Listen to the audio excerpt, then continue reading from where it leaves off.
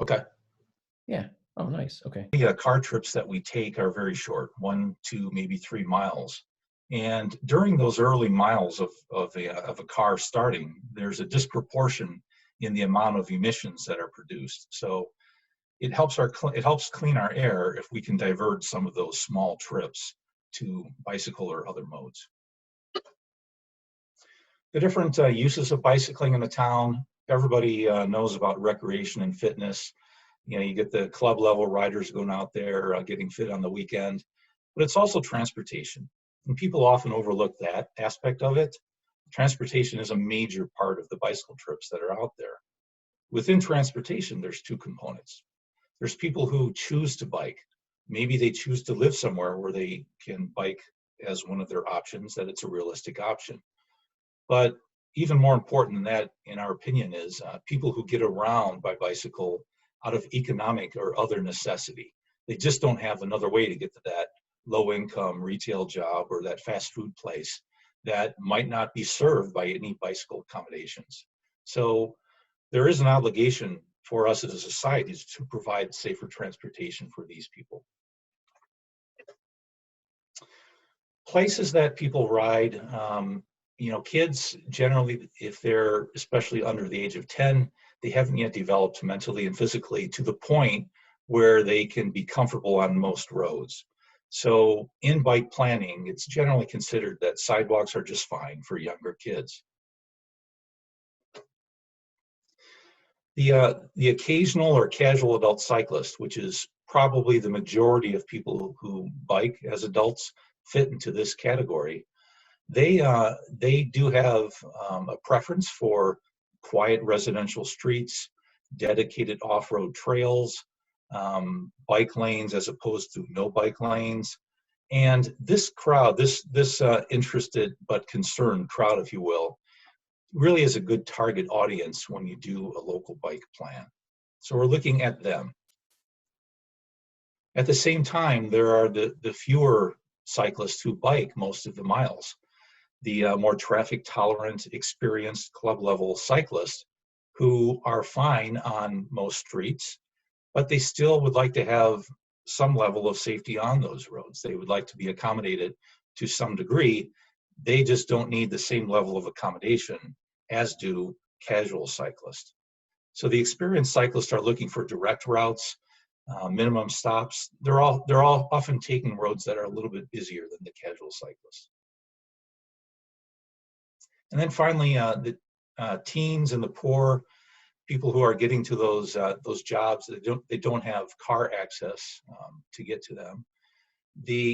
Very often these riders may be less skilled in knowing what to do as a cyclist. You'll often find them on sidewalks, maybe riding in the wrong direction against traffic flow. There may not be lights or visible clothing, especially at nighttime. And there's a biking out of necessity. These people, unfortunately, are overrepresented in the fatalities that we see. And the places they need to get to are often difficult to get to by bike. So there's certainly an audience that we need to keep in mind. So when a town looks at the different reasons for bike planning and they look at the different audiences, they can come up with a bicycle plan, put together a bicycle plan. And what that is, it's an action plan that looks at the infrastructure of getting around the community. That infrastructure is built with specific projects, with policies that are set in place, in addition to programs that might help with education and other aspects that we'll go through. So you put all of those together, and it is a way to fully integrate bicycling to make it become a viable and safe and convenient mode of transportation within your community. For many towns, by having a bike plan, it can serve as your roadmap. How do you get to winning that National Bicycle Friendly Community Award, that designation that League of American Bicyclists has?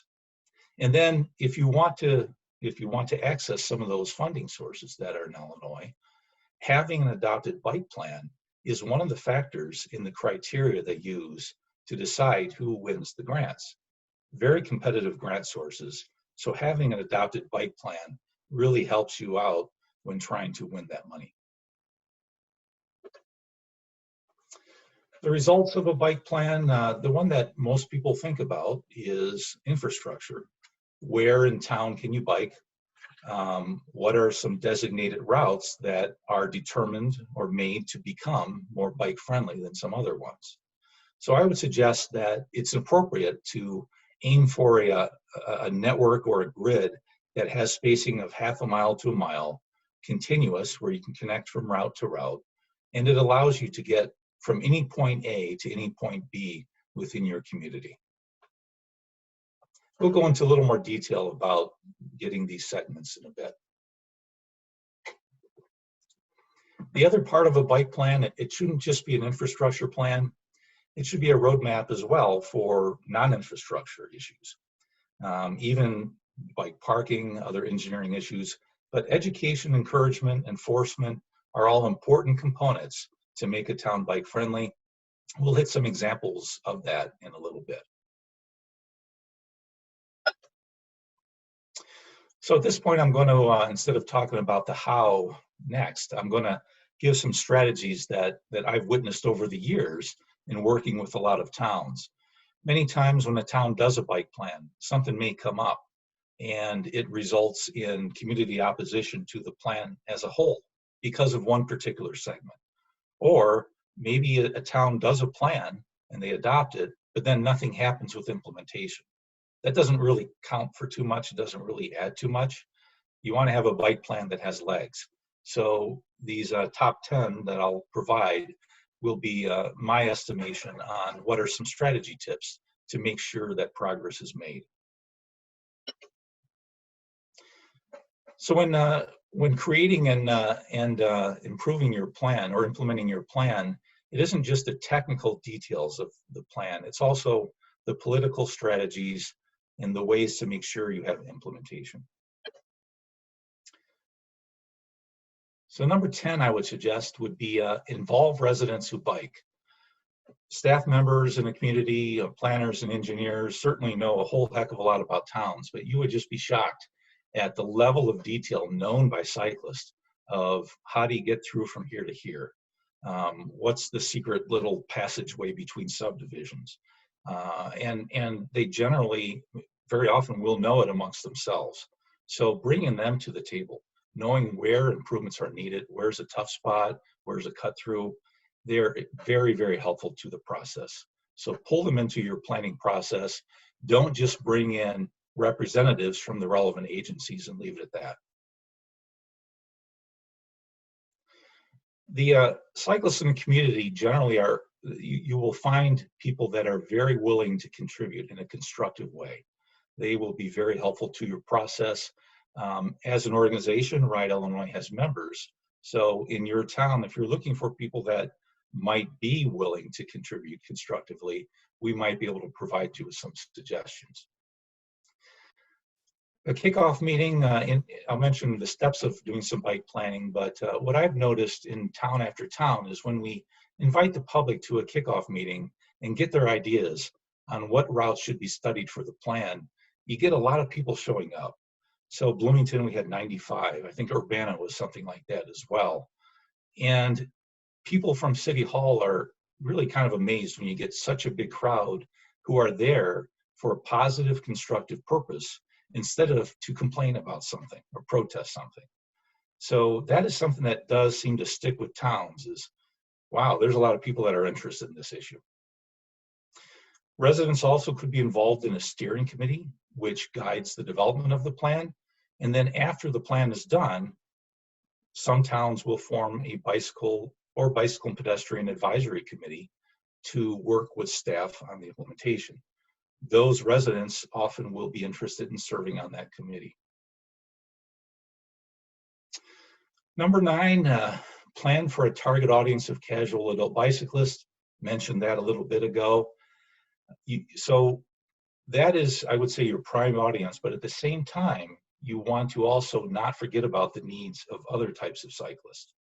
That includes kids.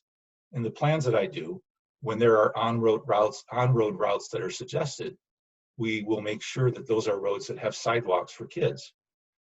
If there are roads that are maybe not good enough to be part of the network of routes for casual cyclists, we will still take a look at the more experienced cyclists, or those who need to get out to their retail jobs on a route that is not too friendly in general. So we'll try to accommodate them in some way as well. But the point is, focus on your main group. Don't forget about the others. Number 8, avoid the overuse of side path trails alongside of the road.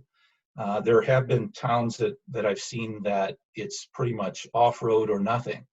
And certainly off-road side paths are applicable in a lot of places, but they should not be used in every place. In the previous 2 weeks, especially the first week, we touched on the rationale for using on-road bikeways in certain locations. We looked at intersections where motorists who are turning, where they are looking when they make those turns, and how cyclists who are off-road are often not seen by those turning motorists. So when you have a lot of intersections, those might be places where on-road makes more sense. That is usually in places where you have lower speeds, and it might be possible to implement on-road. So the crash info, the intersection dynamics are reasons to build the case for looking on-road as well. On-road bikeways, yes, if you add them, you do incur liability, but I have seen many towns completely exaggerate the level of that liability to the point where they throw up their hands and they won't do anything. So I would suggest those are exaggerated and could help you if that issue comes up. And then finally, side paths do actually cost quite a bit more money. So if you're thinking about adding them in places where maybe they're not appropriate, that could be money that might be better spent with various on-road treatments. Ed, if we could pause real quick at a couple of questions that Alex answered or asked here. So he said, is it wise to encourage kids to use the sidewalks rather than making the roads safe for them? In more urbanized areas, there's a problem with adults using sidewalks, and it probably comes from confusion of education. So thoughts on? In places where you have a lot of pedestrian activity, then separating pedestrian sidewalks from things such as separated bike lanes makes sense, where you have facilities for each user type. But in some of the more suburban locations, smaller towns, where you don't have a lot of sidewalk activity by pedestrians, then I think you can get away with allowing younger children to use sidewalks in that situation. You know, it's not the ideal, but often the ideal is the enemy of the good. So that's how I would answer that. It really depends on the density of your town. Okay. And Alex also followed up with, do you have intersection guidelines to improve visibility? Side paths at intersections seem to be more of a design flaw. Yeah, that's something that talked a little bit about in week 1. Certainly I'd be glad to talk with anyone offline on that. In suburban style of intersections where you have larger setbacks, those might be places where you could use right corner islands to break up the largest intersections, major intersections, into pieces. Side paths often have the problem of being placed too far back because turning radii are too large at many of our intersections. So you get side paths or crosswalks and stop lines that are so far back that the drivers are not stopping at the stop lines and causing problems. When I did the plan in Buffalo Grove, talked to the police department, out of 39 crashes they had, 35 of them were side path issues. So it is an issue that is severely overlooked by the design community, and we'd be glad to discuss that in more detail offline. All right, then one more quick question. A couple slides back, Elliot asked, so the image of a map a couple slides back was titled Routes to Study Votes. Could you pop back to that real quick? Yeah. Okay. And wants an explanation behind that? Yeah, yep. Yeah, okay, so when I've done bike plans, we start off with a public meeting where we ask individuals to mark up their maps with what are the routes we should study. We decided that by having each individual mark up a map, you get more information, you help to get prioritization of what routes the most people spoke up about, and so on. So this map that you see is a representation from the Bloomington Bike Plan showing the number of people who voted for particular routes. When it comes time to then implement or suggest implementation strategies for that plan, we will often suggest the ones that appear on most individual maps as the ones that are done first. Does that help? Okay. Okay, so sidepath trails, I mentioned that appropriate locations are where you have fewer intersections, fewer crossings. That often occurs on some of your higher speed suburban locations. Good intersection design is needed. But if you're in the downtown, dense, urban grid sort of system, a sidepath may not be your best option there. Similarly, if you're thinking about widening a sidewalk in a residential area, widening it to sidepath width, that will often rise up resistance of taking someone's front yard and causing landscaping to have to be cut out. So in certain cases here, avoid the overuse of sidepaths. Bring objectivity to the process.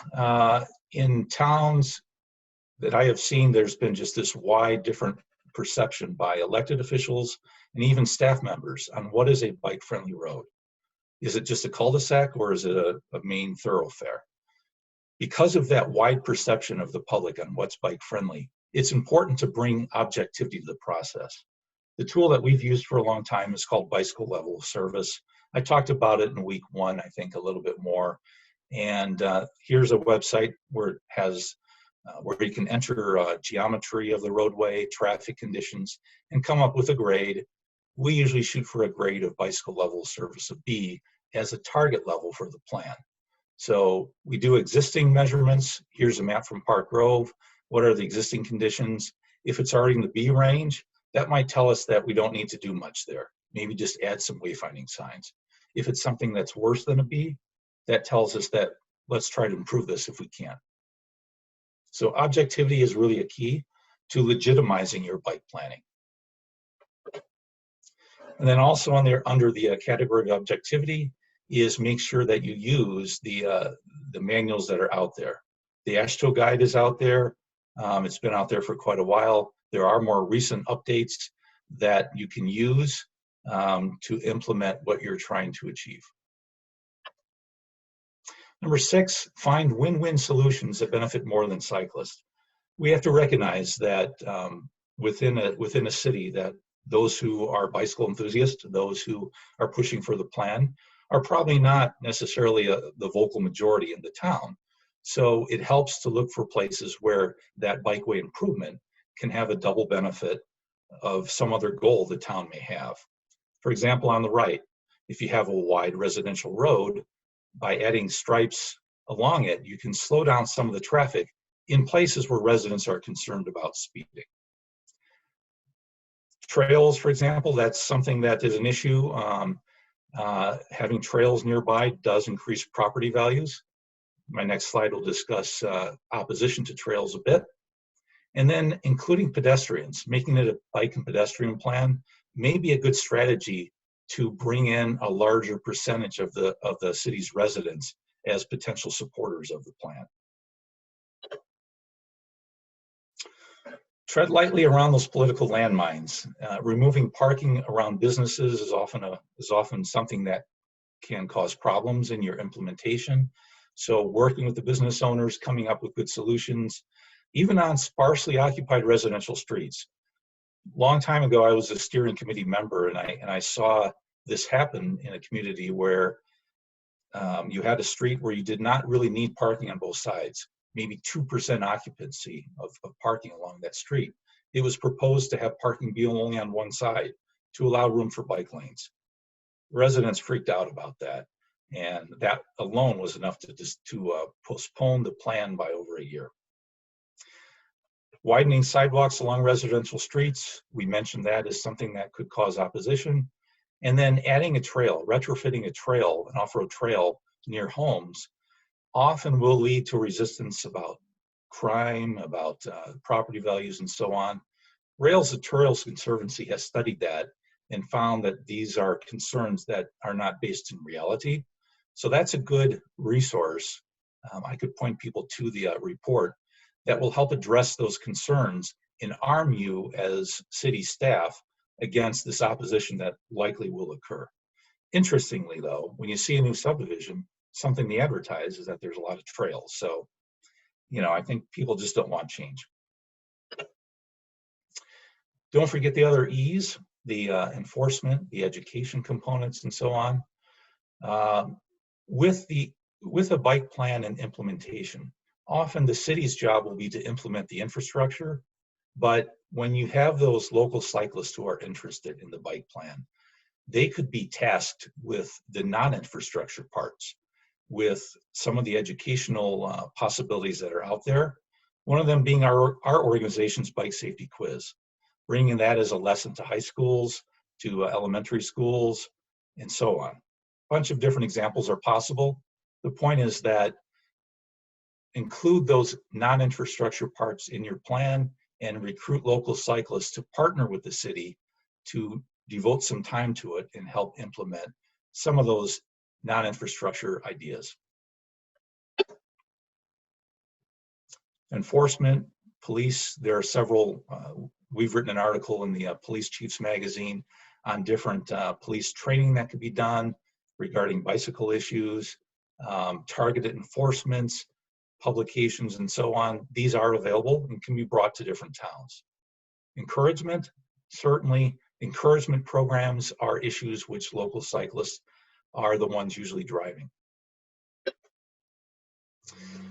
Saving money by being opportunistic. That can be done by editing your policies, adopting a complete streets policy within community, adopting road standards so that when a road is going to be reconstructed, that automatically you will build in bike accommodations into it. Development ordinance, same thing. Take a look at your development ordinance. Is there a way to mainstream bicycle improvements as part of new developments that come in? It's good if you do have a steering committee or if you do have a staff member in charge of implementation to look at every one of these opportunities that come up. What's the CIP, the capital improvement program? What roads are going to be resurfaced or reconstructed? Is there a way to implement bike facilities in those projects, thus saving some money? On the picture on the right, here's a great case where a subdivision was added. You had a major road and you had a side path, and they thought to make a connection to provide access between that subdivision and the side path. That's something that's often not done. Another way of being opportunistic is to learn about different grants. At the end of this talk, we'll go through some of the different grant sources, provide some strategy tips regarding that. I won't go through that in full detail now. Number two, when you do start the implementation of the plan, you may want to start with projects that don't cost a lot, are high priority. Maybe they were mentioned very frequently on those individual maps at the brainstorming workshop, and maybe they're easy projects. So you don't want to start off with something very difficult when you have the beginning stages of implementation of your local bike plan. Start with something that fits these categories, and usually it will gain future support among more residents, among more elected officials for larger projects, larger budgets, and tougher issues. For the easier projects that don't cost a whole heck of a lot, it's often best to do those locally with your local budget. But if you do have larger projects, ones that are tougher and require more stringent reviews anyway, those might be good ones to seek grants for. And again, I'll talk about grants and some tips with that in a bit. And then finally, number one strategy is to make sure that your plan doesn't just gather dust on a shelf. That happens way, way, way too often with bike plans. So ways to do that include naming a staff person who's in charge of implementation of the plan. Obviously, unless it's a big town, that's not going to be their full duty. It might be 10% of what they do or whatever, but they are tasked. You have a name charged with implementation. They will maybe once a year give an evaluation of what we did this year. they have some responsibility to make sure things can continue moving ahead. Having committee is a way to make sure that happens. A committee of residents and staff will help to bring some accountability and make sure that progress occurs while leveraging the city's staff time with volunteer time from local advocates. Using measurables for evaluation, making sure that you're continuing forward progress, and then having a long-term goal that the elected officials might like having at their city, like the Bicycle Friendly Community Award. And Bill Nesper, if you're on the line here, I did not add all these for your benefit. Probably these executive directors signed up. Ed, now might be a good time for another question. If that's sure. All right. Question is from Alex. Tips for dealing with IDOT, particularly in Region 1. It says most of the dangerous roads, the community either lives in or works for, are owned by IDOT, and a few that are owned by CDOT and Page DOT. Yeah. So I think it was last week's webinar. I talked about this a little bit, in that IDOT's manuals are not fully up to date with the national best practices and national standards. They've made a lot of good progress in the past year. But when you find a case where you have federal standards, often that will be helpful on a technical level. From a money and willingness level, what I've discovered in working with the 9 IDOT districts around the state is that you have different levels of them being proactive in what they want to do. There is latitude within districts to do some things, and others that are written into their policies. So in that case, I think it's fair to say that District 1, just because of the number of projects and other issues, they seem to be pretty resistant to project enhancements that would trigger the need to do a phase 1 engineering when there is not already a need to do that. There are improvements that could be done that do not trigger phase 1. Those can be looked at, and I have found IDOT District 1 to be more willing on those. But if phase 1 is required, if it's a project enhancement that complicates the project more, then it really does require the local agency to take the lead and push the issue. So I don't have a great answer for it, but that's a couple of suggestions. Okay. All right. So at this point, I'm going to jump back to a few more details on the actual bike planning process, now that we have some strategies on the planning and implementation. How to develop a bike plan. The first step, if you're working with a town or if you're advocating a town to do this, is to decide whether the work can be done in-house or do you need a consultant. There are specialized consulting firms that look at bike planning issues, and it is much more than just knowing how to engineer an off-road trail. So those firms that know this stuff are out there, and there's also a way to supplement the in-house planning staff or public works staff with expertise knowledge. We've helped out in towns providing a little bit of help where needed, as one example. So that's your first step. Second step is to name your steering committee. Getting city staff, public works has to be part of it. They are the people going to be implementing it, so they have to be part of this. As I said, you want to get local cyclists on that steering committee and other relevant agencies. The next step is amongst the committee, amongst the staff and the consultant, if there's a consultant, is you want to agree on your guiding principles. What I mean by that are the various political factors that we've already discussed, technical factors, one example being, is it okay to go down to 10 feet on a roadway in order to strike bike lanes in there? So really come to agreement, come to consensus on the issues which could affect what the recommendations are going to be. Once you have consensus on that, then you can start going out there, looking at the roadways, figuring out your recommendations that will fit that consensus. So once you have that, then you can go to the public and figure out, where should we look? What are the routes that we should study? What are your priorities? Again, the public has great input on that.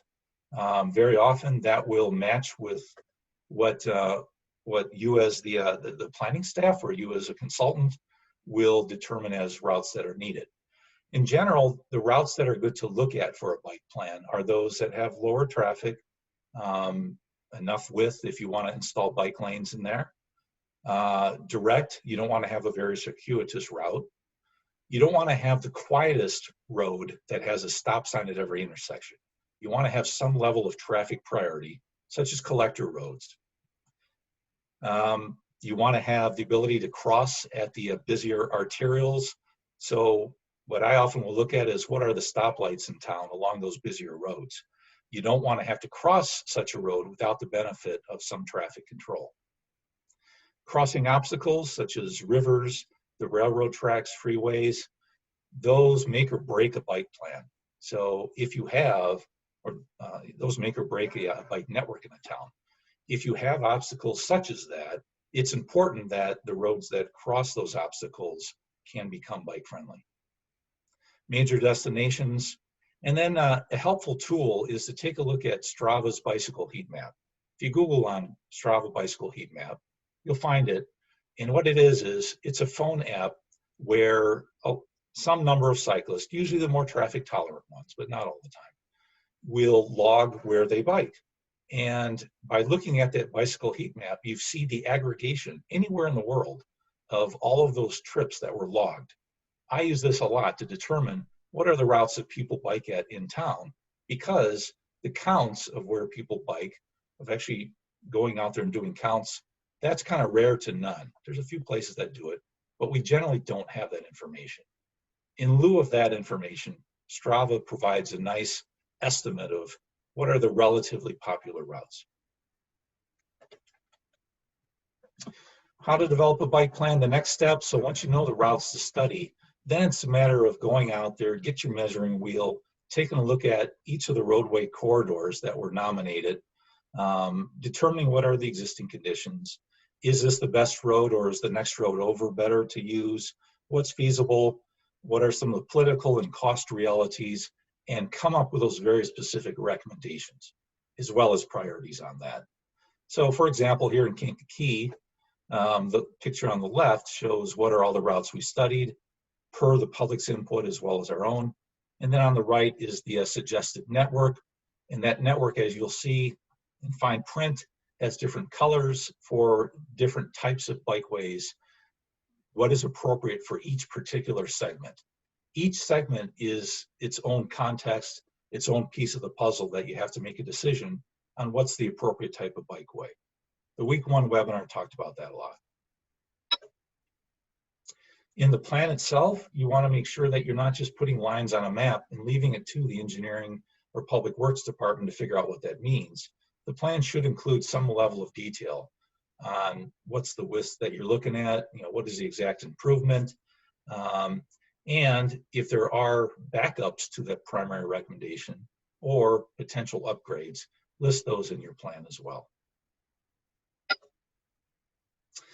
Okay, before jumping into the Bikeway grant programs, are there any questions on the bike planning process? Dave, has anyone popped up a question? Are there any questions? A comment from Terry about strategic regional arterials and maybe some resistance from IDOT to alter speeds on those roads, to reduce speeds, I'm sure is what he's getting at. I don't know if you have any opinion on that or insight into whether that's a District 1 matter or if that's more of a statewide stance, if you will. So from a bicycling and walking perspective, yes, the ideal is to have slower speeds on a lot of these locations, but I think our approach tends to be more moderate, and the reality is that it's often pretty tough to try to advocate having lower speed limits on roads where it's the convention to have certain speeds. So yeah, if there's an opportunity to maybe lower your speed within the town on some of the residential roads and having the default speed be 25 instead of 30, yeah, that could work. And that's been a recommendation in several plans. But if you were looking at like a suburban SRA that has curb and gutter, 45 is going to be your standard. If you have good access control, if you don't have a lot of intersection crossings. And sure, we could try to get it lower than that, but the approach that we try to take is we want to accommodate bikes and peds in ways that don't necessarily go against the other engineering goals of the highway project. So we will look for ways to make that 45-mile-an-hour road as bike friendly as possible. We might look at a side path recommendation. We might look at right corner island recommendations at intersections and so on. So, you know, it's definitely a game where you have the ideal and then you have the reality, and you try to find what works best for all the populations involved. Okay. That's it. So yes, you can continue. Okay. All right. So Bikeway grant programs, before we get into one slide per each of the major sources that are out there, some local funding options or requirements that could be implemented. And most people who work with towns are well aware of these possibilities. The first is municipal capital improvement programs. So within a town, if you have a line item for your bikeway plan implementation, that line item could be used for things such as your simple retrofitting projects, you know, striping roads, doing some spot improvements, filling some off-road gaps. They could also be used for your non-infrastructure programs, developing a bike map.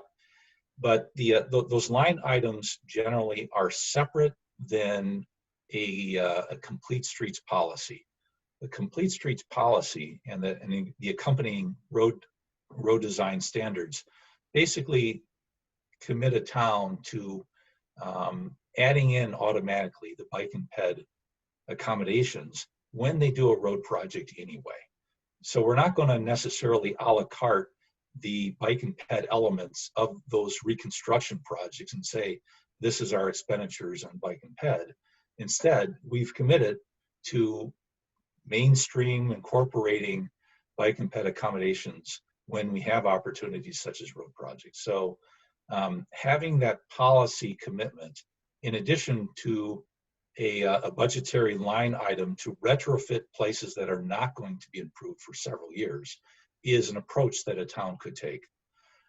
Regarding how much to put in that line item, certainly this year is an unusual year and towns are hurting. But Rockford, where we're finishing up a bike plan right now, recently adopted our suggestion of $2 per resident. $1 to $2 per resident might be a good annual line item amount in your CIP for those retrofits. So in Rockford's case, it's a $300,000 line item. Developer requirements, it's good to have those in the bike plan and or your development ordinance. In addition to those road design standards, take a look at any sort of bike parking ordinances. There are some good examples around the state, one being Champaign's, of requiring bike parking when you do a development. Easements to allow cut-throughs, any sort of off-road requirements and accommodations. Make sure that your developer requirements include that so you can have them pay for it instead of using your retrofit money for those. And then finally, outside grant funding sources, which will be the next slides. Those are generally for your larger scale projects. They do require local matches in almost all cases. Do be aware that if you are going to seek those outside grant sources, that it's going to add a lot of time to the project actually getting on the ground. So the first of the different Bikeway grants we'll discuss is the Transportation Alternatives Program. Since 1991, there's been something called the Transportation Enhancements Program. Over the past 10 years, it's changed names a couple of times, and it's now Transportation Alternatives Program. Within the TAP program, there is a split of who distributes the money in each state. IDOT distributes well over half of it in Illinois, and they call it still their Transportation Enhancements Program. However, there is a piece that is given to the largest metropolitan planning organizations in the town to have their own grant programs as well. And we'll hit on CMAPs in Chicago area, how they distribute theirs. The MPOs make their own grant decisions. They have a local match, as does ITEP. All of the TAP money, whether distributed by MPOs or IDOT, all have to go through the federal process that is implemented through IDOT's reviews. And those requirements will often, well, they will add to the project cost, and they take a lot of time. So factor that in if you're going to pursue this grant type. The TAP program can be used for a number of different sources. ITEP is used for streetscaping and some other sources, but bikeways do tend to be the project type that wins most of the money. So a little more focus on the ITEP, the IDOT portion of that TAP dollars. There is now, thanks to a bill that occurred in the capital bill last year, there is now an influx of state money to add to the existing federal money. The ITEP program that IDOT's going to have a grant cycle for later this year will have approximately $80 million. And the plan is to have that amount or more every 2 years. So this really is your major funding source. It's huge compared to the others. The ITEP program is better for larger scale projects. You want to have it worth your while to go through all this process and all these approval steps. So I would suggest, you know, 200,000, 300,000 as your threshold on whether to pursue this kind of a grant or not. Currently, the limit is $2 million per project. There's been discussion within IDOT of making that go higher since there's now more money available. The pie is larger. Typically, the ITEP program has been very competitive. 6-to-1 demand versus supply, or 8-to-1. Hopefully with more money, it's a little less competitive and you have more of a chance. There is a 20% match, but as part of that new capital bill, a portion of the $80 million will go to communities that are higher need, towns that are not as wealthy, and that 20% match may be waived either fully or partially for them. There will be a sliding scale, and that's new this year. The bike part of ITEP usually funds individual trails, your side paths or your trails on their own rights of way. We've seen it fund bike bridges over roads or other things, but there are other precedents as well. I've worked on bike plans in Palatine and Effingham, and we came up with the strategy of applying for an ITEP grant to do a lot of their on-road network at one time. Instead of just one project, a lot of it at one time. It would not have been worth our while to have an ITEP grant for just one particular road's bike lanes for a mile or two. Instead, let's go for many different roads, a whole bunch of miles, get an ITEP grant that would fund all of it in one shot. And that approach has actually worked in both Palatine and now Effingham is implementing their grant. We do have that precedent for doing a lot of on-road at one time. And then the last thing I'll mention about ITEP is that there is a perception that all the money's going to Chicagoland, and that's just completely wrong. In fact, it's kind of the other way.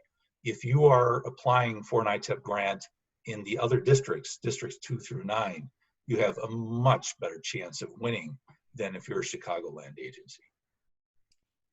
That's and quick question here from Kate, wondering I'm assuming which of the grant programs is what she's asking is best for planning support.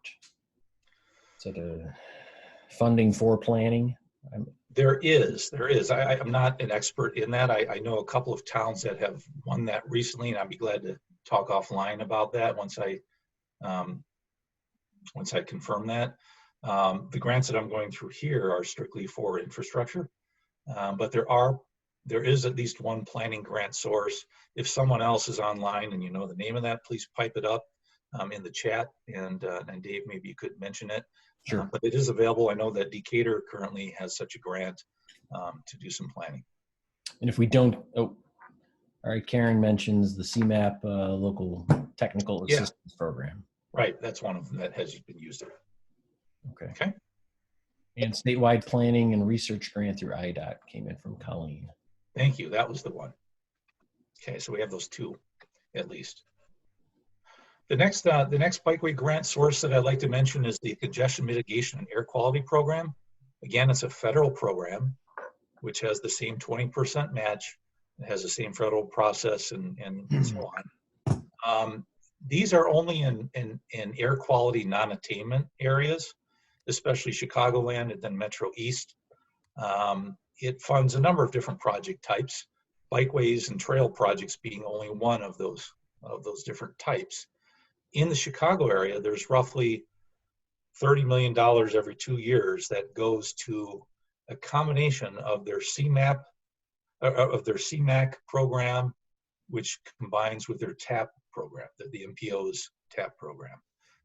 CMAQ combines that into one grant application cycle. They typically award roughly $32 million, give or take. The demand versus supply is on the order of 2 to 1 or so. So it's a decent possibility. And what CMAP does for those in the Chicagoland region is they take a look at your application. If it's an application where the cost of the project per the emissions reduced is very good, then they will steer that money towards CMAQ dollars. If it's a project that is part of the regional trail and greenway plan, implementing that larger regional plan, they might steer it toward the TAP dollars. So they shift around according to what your application fits in a nice way.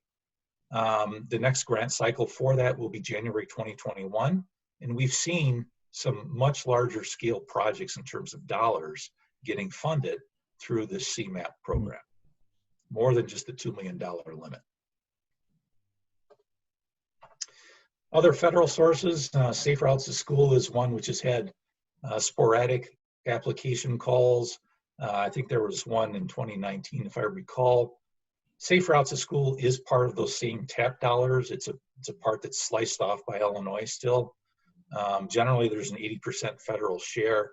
IDOT administers this. I think their plan is, last I heard, they will have another Safe Routes call for applications after their transportation enhancement cycle has come and gone later this year. So my guess is 2021.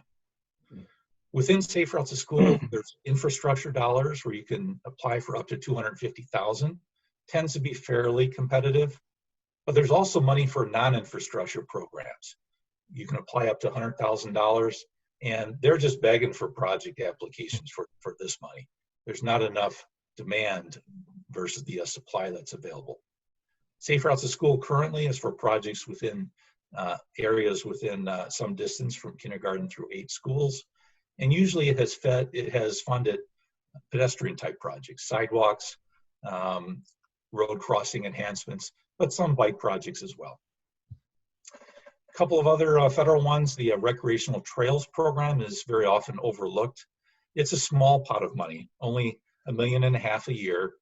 Part of it's used for motorized trail use, but there's also a part that's used for multi-use trails, and really the competition for it is very light. The dollar amount is low, $200,000 max.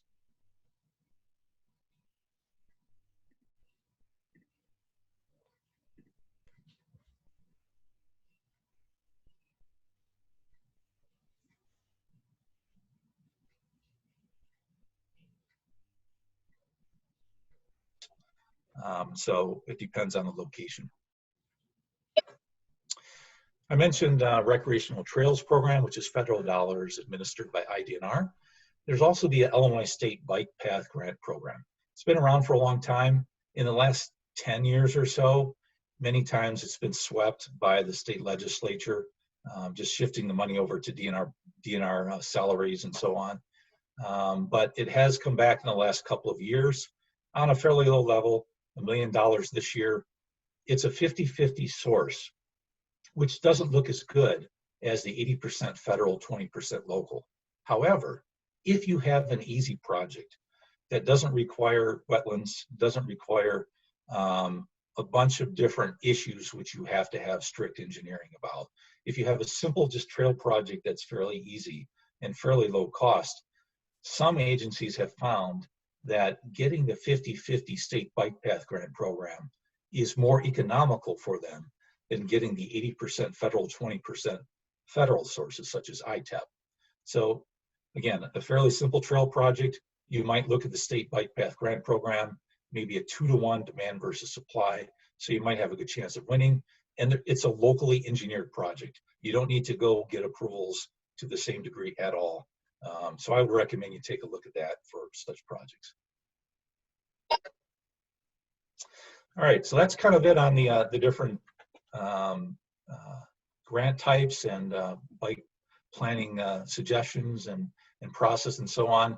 This is my second to last slide. It's kind of more of a commercial for the Illinois Bike Summit, which Ride Illinois is going to host again this year.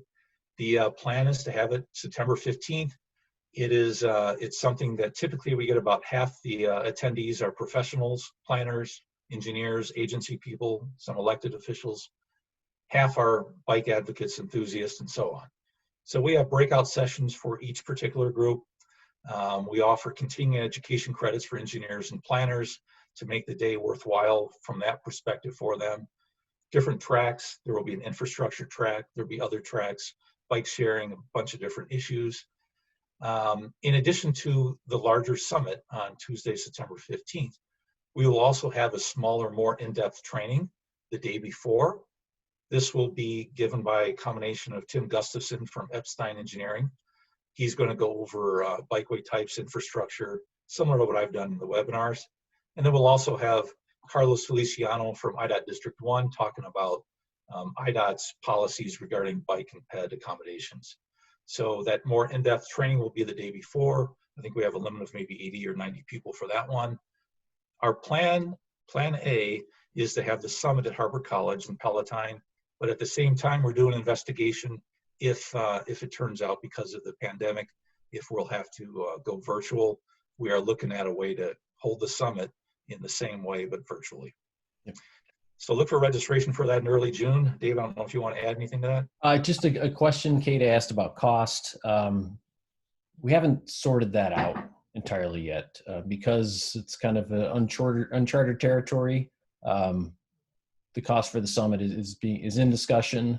And Ed, I don't know if we've had kind of a standard cost for that pre-summit session in the past, or is that? Yeah. I don't recall exactly, but in both cases, both the summit as well as the pre-summit session are quite cheap for the PDH and CM hours that are offered. They're cheaper than you normally would pay a registration for to get continuing education credit. So under $100, for a day. But more later. Registration is going to open in June, and we'll advertise to people about it. So that is our commercial about that. And since we have only a couple minutes left, we want to have a couple of minutes at least for Q&A. Thanks for attending. We are available as a resource for your town on any of these issues. The past two webinars that covered bikeway types and road designs and some other issues are available on that webinar page or on request. So if we have other questions, I'd be glad to take those. Just a tip from Alex. Alex, I'm not going to take credit. You posted a link that I just moved to the chat. The RTA's call for projects open till May 8th. So just to share that. That's for access to transit, I believe. It's grants for better access, bike ped access to transit stations. That is correct. Yep. Sorry, left out that important detail. Let's see. Otherwise, I think we've addressed all the questions. Give folks just a minute here, and while you do that, I did want to point out that we do have a couple other webinars, not necessarily on the technical track, if you will, but we have a webinar this Friday evening, also a virtual happy hour.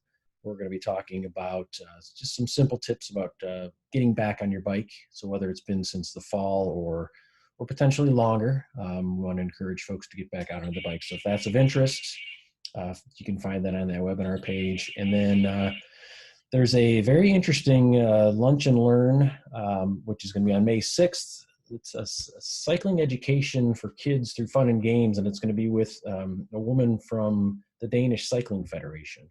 So she'll be offering some tips and some games that can be used to teach kids about safe cycling. So those it's a very interesting, maybe some things you haven't thought of in the past. So if you're interested in that, you can register for that on the webinar page as well.